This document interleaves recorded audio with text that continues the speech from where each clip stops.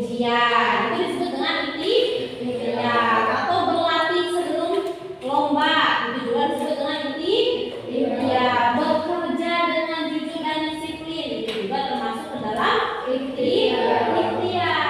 Nah, jadi Islam itu tidak mengajarkan umatnya untuk malas-malasan. Karena apa? Karena setiap hasil yang kita peroleh itu sesuai dengan ikhtiar, dengan usaha yang kita lakukan. Nah, sesuai dengan ayat Allah dalam Quran surat An-Najm ayat 39, Bismillahirrahmanirrahim. Walaisa lil insani illa ma sa'a.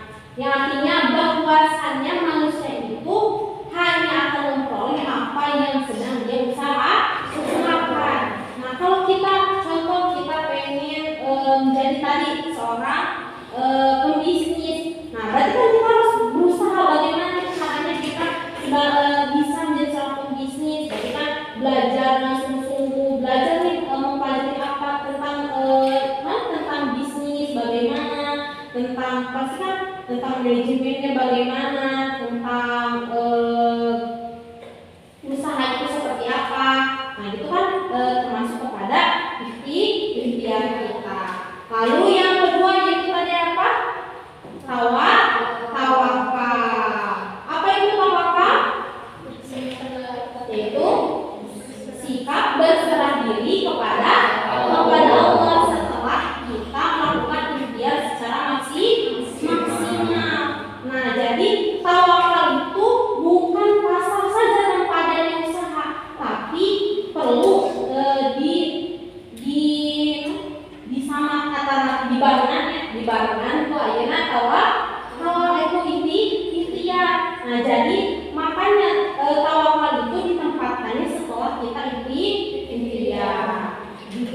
Bukan kalau urutannya itu dalam agama Islam itu ikhtiar lalu tawakal. Nah, contohnya kita tawakal seperti apa?